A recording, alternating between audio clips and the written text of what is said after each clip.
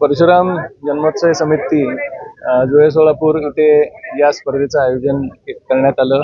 तिसरं वर्ष आहे क्रिकेटच्या स्पर्धा भरवण्याचं आणि महिलांचा सुद्धा सहभाग याच्यात राहिला. 15-16 टीम याच्यात सहभागी झाल्या आणि त्या कार्यक्रमाकरता मला इथे बोलवलं गेलं होतं.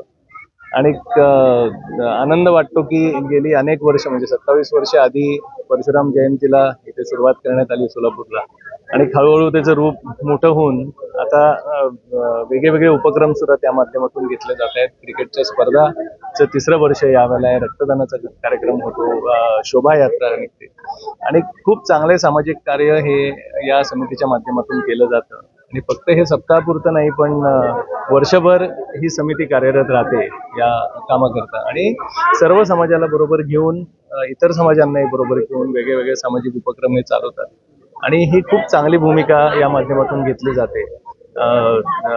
जयंतीच्या कार्यक्रमाला सगळ्यांना बोलवलं जातं आणि एक चांगल्या प्रकारचं एक संघटन या समितीने केलेलं आहे आणि त्यामुळे या स्पर्धेकरता यावं बक्षीस समारंभाकरता यांनी मला विनंती केली होती आणि मला आनंद वाटतोय. मी इकडे आलो, खूप उत्साहाने इथे स्पर्धा पार पडल्या आणि स्पर्धकांमध्ये बघितलं तर सर्व वयोगटाचे लोक इथे सहभागी झाले त्या स्पर्धेत आणि चांगला एक रिस्पॉन्स इथे बघायला मिळाला.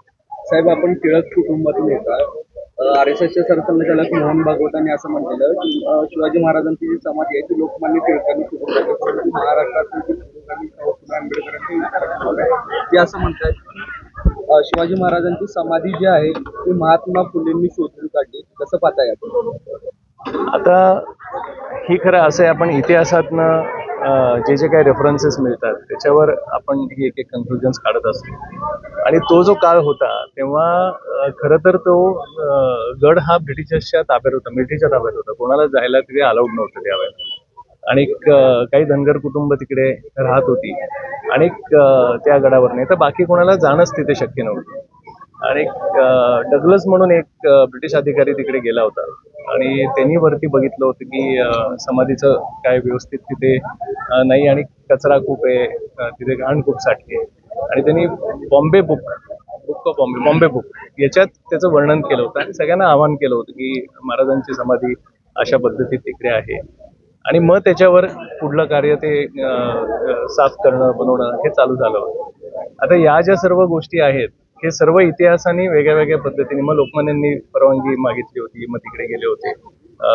महात्मा फुले सुद्धा तिकडे जाऊन त्यांनी सुद्धा समाधीचं हे बघितलं होतं. त्यामुळे याच्यात इतिहासाला धरून या गोष्टी खूप बोलल्या जातात. त्यामुळे कोणी केलं कोणी नाही ह्या सर्वांचं आपण बाकी याने कार्य बघितलं तर इतकं मोठं राहिलंय देशाकरता, राज्याकरता, स्वराज्याकरता. त्यामुळे त्याच्यावरचं कुठलं भाष्य करणं हे मला तरी योग्य वाटतं. सध्या महाराष्ट्राच्या राजकारणात हाच मुद्दा म्हणजे टाकलेला दिसतोय की छत्रपती शिवाजी महाराजांची समाधी लोकमान्य टिळकांनी शोधून काढली की महात्मा फुलेंनी. मी तेच म्हणतोय की तेव्हा वरती खरं तर जायला कोणालाच अलाउड नव्हतं त्या काळात आणि आपण हे वेगळ्या रेफरन्सेसनी याच्यावर आपण बोलतो. इतिहासात जे आपण बघतो की काही वर्तमानपत्राचे रेफरन्स असतात, काही पुस्तकात लिहिलेले असतात. जसं मी हे सांगितलं की एक डगलस म्हणून गेले होते, त्यांनी लिहिल्यानंतर महाराष्ट्रात एक मोठी चळवळ एक परत चालू झाली होती. लोकमान्यांनी त्याची पुण्यात मोठी सभाही घेतली होती की एक तिकडे जयंती महाराजांची व्हायला पाहिजे, सगळ्यांनी तिकडे जायला पाहिजे. त्याच्या परवानग्या मिळत नव्हत्या कोणाला वर जायला. त्यामुळे असे वेगळे रेफरन्सेस आहेत तिकडे आणि तो कालखंड इतका एक बहुतेक 60-65 वर्षाचा इतका मोठा होता की त्या वेळेला मिलिटरीच्या ताब्यात होतं तिकडे सगळं आणि कोणाला जायलाच अलाउड नव्हतं. म्हणून हे सर्व मी म्हणलो तसं की रेफरन्सेसवर हे सांगितलेल्या गोष्टी असतात. त्याच्यात अशा ठोस आपण कुठल्या याच्यावर ते आहे बोलावं म्हणजे एकीकडे म्हणलं तर हे रेफरन्सेसही आहेत. मी म्हणलो तसं की लोकमान्यांनी तिकडे जाऊन परवानगी मागितली कलेक्टरकडनं, कारण जेव्हा नाकारली गेली होती आणि मग तिथे वरती पहिलं जायला अलाउड केलं त्यावेळेला. त्यामुळे हे असं रेफरन्सेसवर बोललेली सगळी उदाहरणं आहेत त्याच्यावर, त्यामुळे मला ते भाष्य करणं योग्य वाटतं.